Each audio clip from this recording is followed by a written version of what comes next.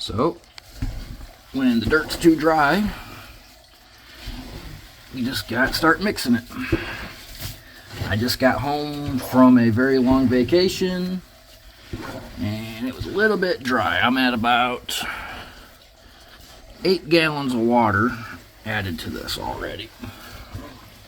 Sorry for the bad video. This is just one side getting stirred in. So humidity is a thing. She had some dry eyes, but her overall health was pretty good. She's an adult, so she's a little more hardy. She's sitting back over there in her little thing, not very happy. I'm going to wet that whole side in a minute. Just because you have a water bowl or a pond does not mean they're going to use it all the time. They are stubborn animals. Not talking about the people, I'm talking about the actual turtle. So now, let's take a look at this. This is pretty much what we're going to go with. Now, it is wet and soapy. I have a waterproof bottom on this. This will soak in and dry up in about 20-30 minutes. In the back, we'll do a little more push the bud in the back. So that's why I don't have a better camera view for you guys. Oh, she's not happy. She don't like hearing me talk.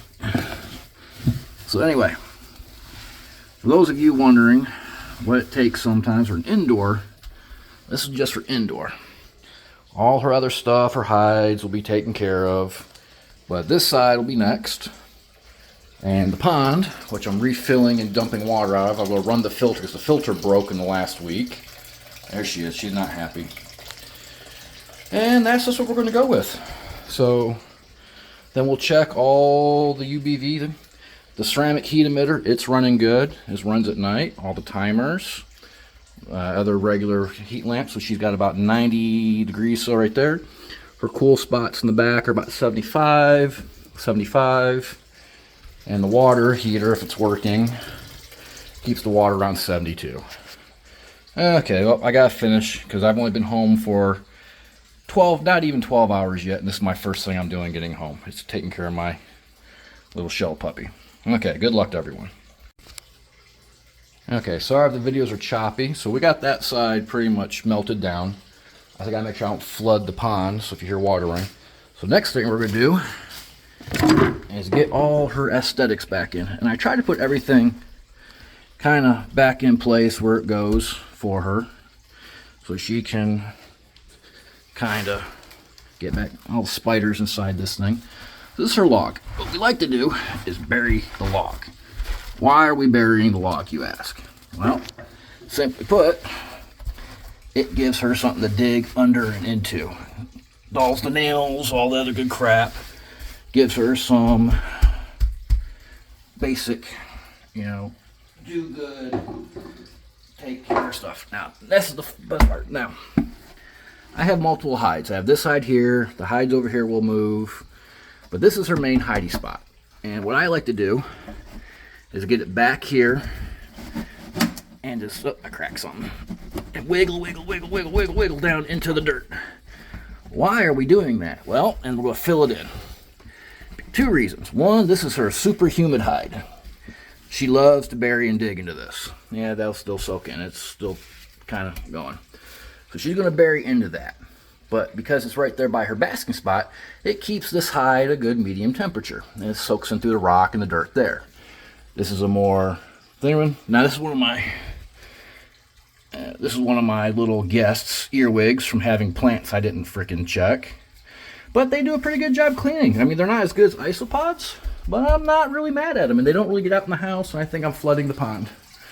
Nope, pond's not flooded yet. Yes, I know the water looks like crap. So we're going to do that. Now, I use fake plants. Why do I use fake plants? Because Little Miss Destroyer of Worlds loves to freaking uproot everything and anything that she can get her little grubby paws on. Look at that. Looks great, right? So let's go get the angry one. And I always pick up from the bottom, give her support. Her eyes are looking a little more clear now that we got her some humidity. Now, you can see the marks on her shell. That's old shell rot and old shell fungus, because she came from a bad situation from the breeder I got her from. Okay, sweetie. Go in. Go and do your thing. Dig. Dig, little shell puppy. And then we bring in her cuddle bone, a water dish that we like to have, and her food dish is soaking because it looked really gross because of the carrot tape. Okay, we're going to turn this off. Go drop my phone in the pond and you guys are going to laugh. Okay. Nope. Okay, so there we go. Turn that off. I'll go through and scrub all this out. Like I said, the filter, which is down here, busted. So yeah, that was a couple days ago. So it's a good thing I got back from my trip last night. 33 hours of flying, and we're going to soak this down. We're going to remove all her stuff here and yeah, put the rest of her plants and stuff in and go from there. Now mind you, she was still sprayed water every day, but as you can see, it's still dry. It's so horribly dry, even though she was watered every day. And that's because we have a cold air return right here. That doesn't help. Always have dirt on hand, right? So anyway, hope this helps people out. We'll go to the next one. Where you at, Miss Wigglebutt? Okay, last video of our 3-part series of turtle maintenance. Now, you're asking, how am I getting all that water? Well, I'm using the water out of the pond since I have a water line from the house hooked in to fill the pond up. Coming in, dumping the crap out of it.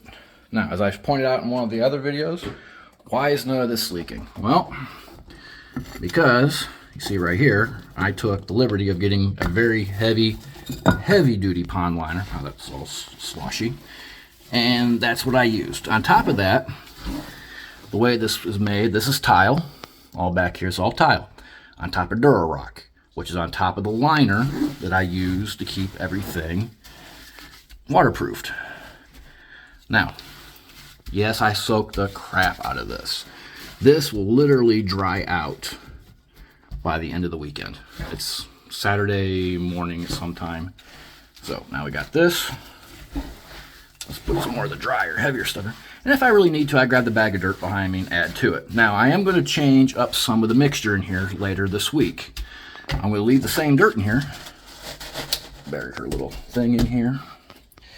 I'm going to add a bunch, and by a bunch, I mean probably about 2 pounds of sphagnum moss.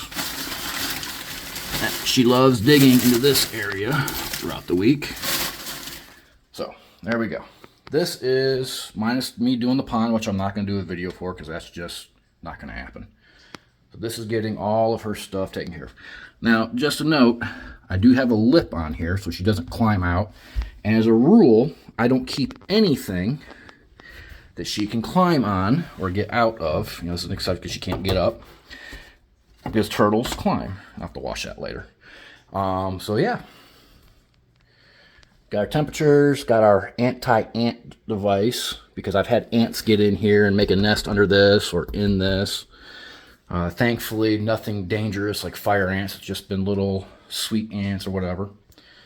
Okay, last video for a while. Everyone have a good day. She don't want to come out. Okay, 4th video. I knew I was going to do. So apparently, even despite using a heavy pond liner, I have a leak.